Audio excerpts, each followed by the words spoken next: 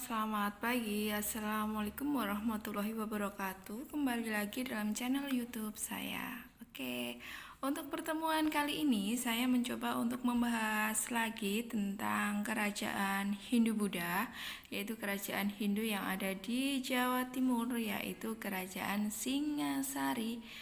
Oke, untuk lebih lanjutnya kita simak yang berikut ini.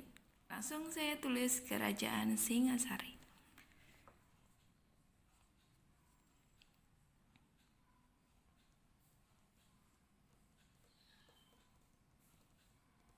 Kerajaan Singasari.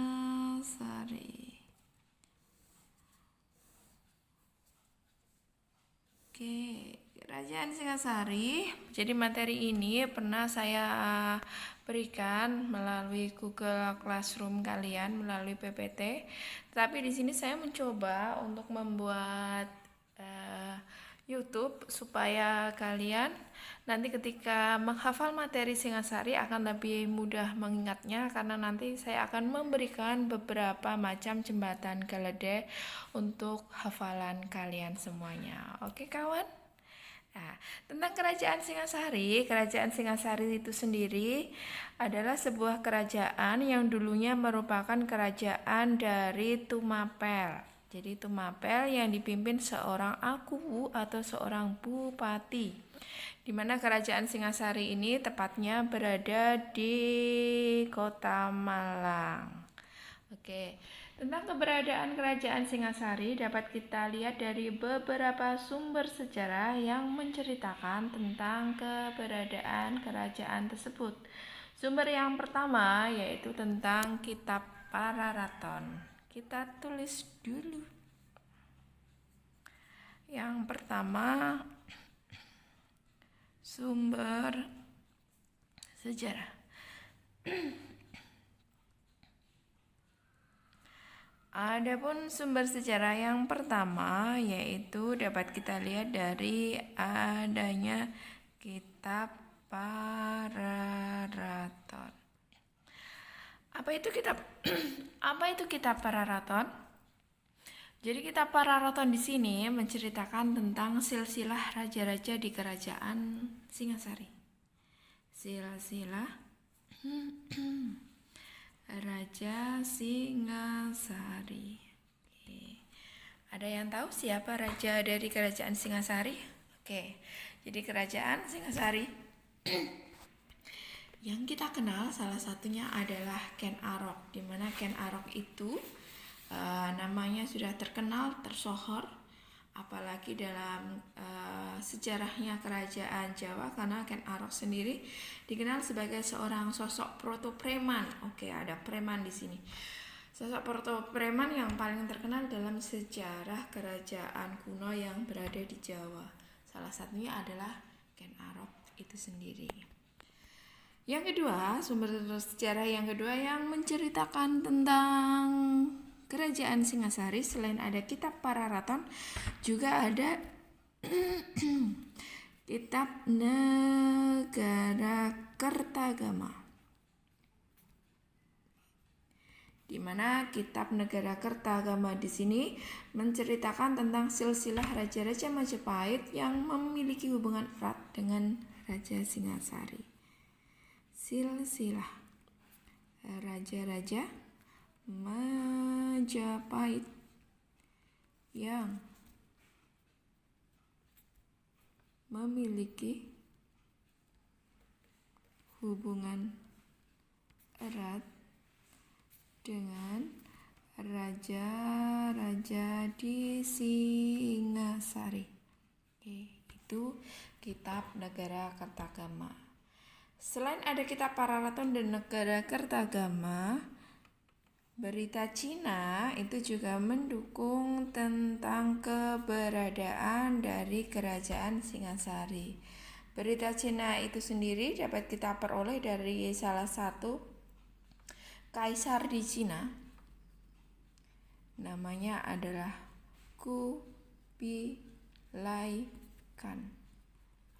Si Kubilai Khan di sini mengatakan dia pernah mengirimkan pasukannya untuk menyerang kerajaan Singasari. Jadi ada perlawanan dengan kerajaan Singasari. Oke, itu menurut cerita dari Kubilai Khan dari berita Cina. Yang terakhir tentang sumber sejarah yang menceritakan tentang kerajaan Singasari, yaitu ada peninggalan berupa bangunan candi yang menjadi pendarmaan bagi raja-raja di Singasari. Pendarmaan di sini maksudnya bisa jadi sebagai makam atau perwujudan kebesaran dari seorang raja yang pernah berkuasa di kerajaan Singasari. Oke. Candi-candi pendarmaan Singasari. Oke. Salah satunya candi pendarmaan di sini dapat kita lihat pada ada Candi Kidal, kemudian ada Candi Jago, kemudian ada Candi Singasari. Oke, itu ada poin 1, 2, 3, 4 yang menerangkan tentang sumber sejarah kerajaan Singasari. Oke, bagaimana? Cukup jelas? Kalau sudah jelas, maka selanjutnya saya akan mencoba menerangkan poin yang B tentang kehidupan politik. Kehidupan politik. Jadi nanti kehidupan politik di kerajaan Singasari ini biasanya menceritakan tentang kiprah raja-raja kerajaan Singasari yang pernah memerintah saat itu. Oke, tidak usah panjang lebar. Jadi kehidupan politik ini nanti saya akan langsung menceritakan tentang raja-raja yang pernah berkuasa di kerajaan Singasari. Nah, raja-raja yang pernah berkuasa di kerajaan Singasari ini sesuai dengan kitab Pararaton yang telah saya jelaskan di awal tadi. Siapa raja-rajanya? Oke, di sini ada raja-raja yang pernah berkuasa di kerajaan Singasari. Yang pertama ada Ken Arok. Ken Arok. Sebenarnya namanya Ken Angrok. Tapi biasanya kita lebih mudahnya itu menyebutnya Ken Arok. Sama saja. Kemudian yang kedua, raja yang kedua setelah Ken Arok memerintah itu ada Anusapati.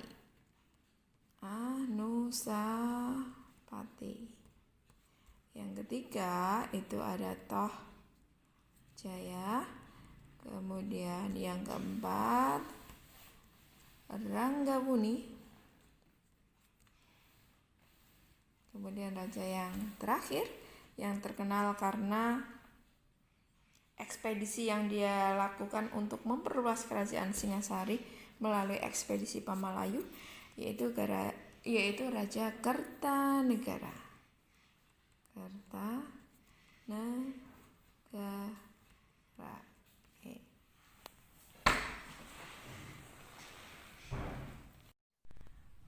Halo kawan, selamat pagi. Assalamualaikum warahmatullahi wabarakatuh. Kembali di channel YouTube saya lagi. Di sini saya akan meneruskan masih tentang kerajaan Singasari. Di bagian pertama kemarin kita membahas tentang sumber sejarah tentang keberadaan kerajaan Singasari. Kemudian sempat saya lanjutkan tentang kehidupan politik mengenai raja-raja yang pernah berkuasa di kerajaan Singasari. Maka yang berikut ini saya akan menceritakan sedikit cerita tentang silsilah dari siapa itu Ken Arok. Oke, langsung saja saya tulis di sini. Jadi Ken Arok itu sendiri merupakan raja pertama di kerajaan Tumapel yang kita kenal dengan namanya adalah kerajaan Singasari. Di mana kerajaan Singasari itu berada di ibu kota Kutaraja yang sekarang namanya adalah Malang. Oke, Ken Arok. Siapa Ken Arok itu? Jadi Ken Arok itu sendiri adalah anak dari seorang ayah dan seorang ibu. Ayahnya bernama Gajah Para. Oke, Gajah Para. Kemudian Ibunya itu namanya adalah Ken Endok. Oke, ada Ken Endok. Oke, dua-duanya baik ayah dan ibu dari Ken Arok ini dia adalah seorang petani miskin, dikatakan seperti itu ya. Jadi ayah dan ibu dari Ken Arok itu adalah seorang petani miskin. Lah, kelahiran dari Ken Arok sendiri, jadi Ken Arok itu sendiri lahir dari siapa? Ternyata Ken Arok itu bukan anak biologis dari Gajah Para, tetapi Ken Arok adalah anak biologis hasil perkawinan dari Ken Endok dengan Dewa Brahma. Oke, di sini ada Dewa Brahma. Kenapa bisa akhirnya melahirkan Ken Arok? Gitu. Jadi menurut ceritanya ketika Ken Endok, ibu Ken Arok ini akan mengantarkan makan siang untuk suaminya Gajah Para, di tengah jalan Ken Endok di sini dihadang oleh Dewa Brahma. Kemudian Dewa Brahma menyetubuhi ibu dari Ken Endok. Kemudian lahirlah dari Ken Arok. Dan ketika Ken Arok ini lahir, karena tadi telah saya sebutkan bahwa ayah biologisnya seorang dewa, otomatis anaknya nanti keturunan sedikit menurun dari ayahnya. Jadi ketika Ken Arok ini lahir, bayi dari Ken Arok ini memancarkan sebuah sinar yang sangat terang yang menyebabkan Ken Endok dari ibu Ken Arok ini merasa ketakutan, dan akhirnya dari bayi Ken Arok di sini Ken Arok akhirnya dibuang oleh ibunya Ken Endok. Oke. Pembuangan dari Ken Arok ini selain ada unsur ketakutan karena ketika lahir Ken Arok itu badannya mengeluarkan sinar yang sangat terang, juga karena ibu Ken Endok ini merasa malu karena telah disetubui oleh Dewa Brahmana, dan ternyata Ken Endok ini juga dicerai oleh suaminya yaitu Gajah Para. Nah, itulah nasib Ken Arok ketika dia masih bayi. Oke.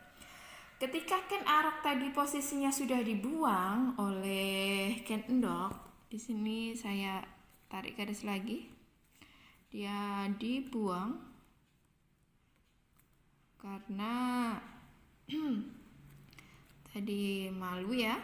Kemudian yang kedua mengeluarkan sinar, tubuh yang mengeluarkan sinar. Kemudian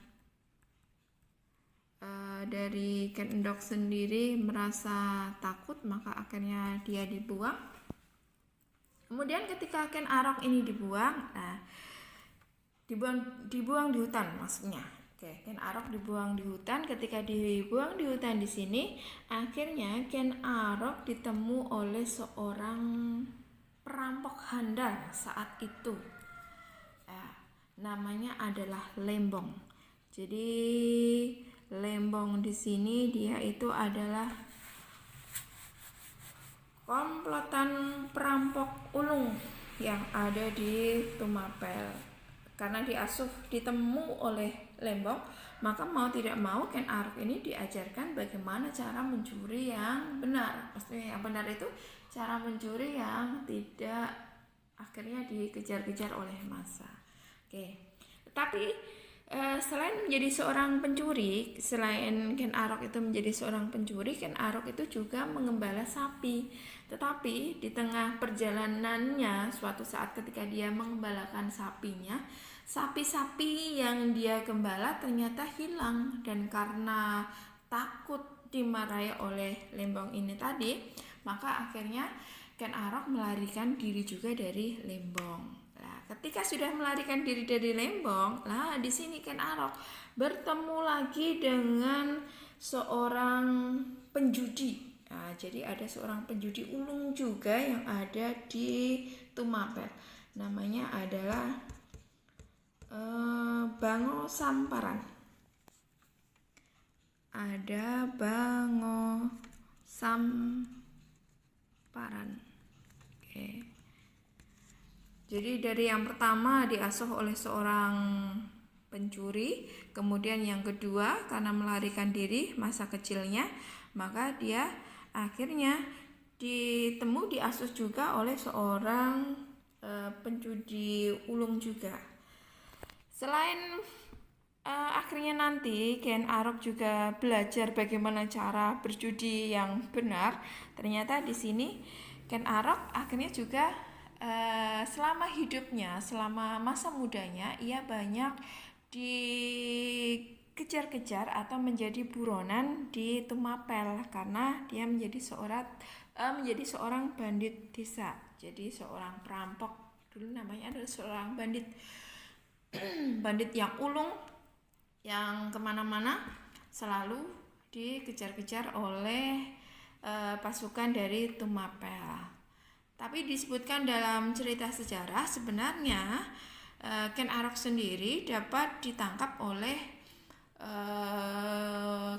prajurit-prajurit dari kerajaan Tumapel. Tetapi dahsyatnya lagi ketika si Ken Arok ini nanti ditangkap oleh prajurit, ternyata ada bisikan-bisikan khusus untuk melepaskan Ken Arok dari tahanan. Jadi bisikan ini mungkin muncul karena dia keturunan dewa, dan di bisikan itu dilontarkan kepada katakanlah siapa yang menangkap Ken Arok, hingga akhirnya Ken Arok dilepaskan lagi. Sehingga muncul suatu cerita bahwa Ken Arok itu tidak dapat ditangkap. Nah, tidak dapat ditangkapnya itu karena ketika mau ditangkap, ketika mau dimasukkan ke penjara, orang yang menangkap itu mendapatkan bisikan supaya mengeluarkan Ken Arok dari tahanan. Nah, itu sedikit cerita tentang Ken Arok masa kecilnya, dari masa bayi sampai masa mudanya. Oke. Selepas dari Lembong dan Bango Samparan, nah ternyata di sini lama kelamaan Ken Arok juga berubah pikiran. Ketika dia berada di Tumapel, dia ingin menjadi seorang penguasa Tumapel juga, seperti yang dia lihat pada sosok raja di Tumapel, yaitu Tunggul Ametung. Nah, menurut ceritanya ketika si Ken Arok ini sebelum menikahi Ken Dedes, ternyata Ken Arok sendiri itu sudah merasa jatuh cinta kepada Ken Dedes. Tetapi karena posisinya Ken Arok itu tadi sebagai katakanlah seorang pencuri, penjudi, bandit, maka Ken Dedes tidak mengiyakan lamaran atau ajakan perkawinan dari Ken Arok. Kemudian Ken Dedes menikah dengan Tunggul Ametung. Nah, di sini langsung saja bagaimana caranya Ken Arok nanti berhasil menjadi raja pertama di kerajaan Singasari. Oke, di sini saya tuliskan raja pertama di kerajaan Singasari kerajaan di Tumapel itu ada Tunggul Ametung. Oke. Tunggul Ametung mempunyai istri. Oke. Namanya adalah Ken Dedes. Menurut cerita sejarahnya juga, jadi Ken Dedes itu dikisahkan sebagai seorang wanita yang sangat cantik, yang katakanlah banyak diincar oleh laki-laki, sehingga Ken Arok sendiri juga merasa ingin memiliki dari Ken Dedes. Untuk mengiyakan niat dari Ken Arok tersebut, maka mau tidak mau Ken Arok harus menyingkirkan Tunggul Ametung. Bagaimana cara menyingkirkan Tunggul Ametung? Di sini Ken Arok membunuh, saya singkat versus ya, membunuh Tunggul Ametung dengan meminta bantuan kepada Empu Gandring. Nah, jadi Empu Gandring di sini adalah sosok seorang empu yang memiliki kepiawaiannya dalam membuat keris, namanya adalah keris Empu Gandring. Dan sebenarnya keris yang digunakan nanti untuk membunuh Tunggul Ametung, keadaan kerisnya belum sempurna, sehingga dari Ken Arok sendiri seakan-akan meminta kepada Empu Gandring untuk segera menyelesaikan keris tersebut hingga sampai pucuk terakhir, sampai keris itu berbentuk lancip. seperti itu. Sampai 7 apa itu namanya? 7 lekuan dari keris itu sendiri. Dan alhasil ternyata keris yang dibuat Empu Gandring itu konon ceritanya sebelum Empu Gandring memberikan, Ken Arok mencuri dari Empu Gandring dan Empu Gandring dibunuh oleh Ken Arok. Nah, dalam pembunuhan Ken Arok dengan Empu Gandring di sini, Empu Gandring memberikan pangsit atau memberikan amanat bahwa nanti ketika Ken Arok menjadi raja, 7 turunan anaknya tidak akan hidup bahagia. Nah, itu adalah wejangan terakhir dari Empu Gandring ketika Empu Gandring dibunuh oleh Ken Arok. Oke, langsung. Ketika Ken Arok berhasil membunuh Empu Gandring, maka keris yang dibuat oleh Empu Gandring nanti digunakan untuk membunuh Tunggul Ametung. Oke, namanya adalah keris Empu Gandring. Sehingga pada waktu itu akhirnya Tunggul Ametung di sini dia mangkat. Mangkat itu bahasa halusnya di kerajaan, mati atau wafat gitu ya. Ketika Tunggul Ametung mangkat, wafat, mati, maka akhirnya aksi Ken Arok segera menikahi dari Ken Dedes. Nah, di sini Ken Dedes menikah dengan Ken Arok. Saat Ken Dedes dinikahi oleh Ken Arok, posisinya Ken Dedes di sini telah mengandung buah cinta dari Tunggul Ametung. Jadi posisinya dia mengandung 3 bulan. Dan nanti anak hasil buah cinta dari Tunggul Ametung dan Ken Dedes kita kenal dengan raja yang kedua yang memerintah di kerajaan Singasari. Siapa dia? Namanya adalah Raja Anusapati. Oke. Anusapati. Oke. Sebenarnya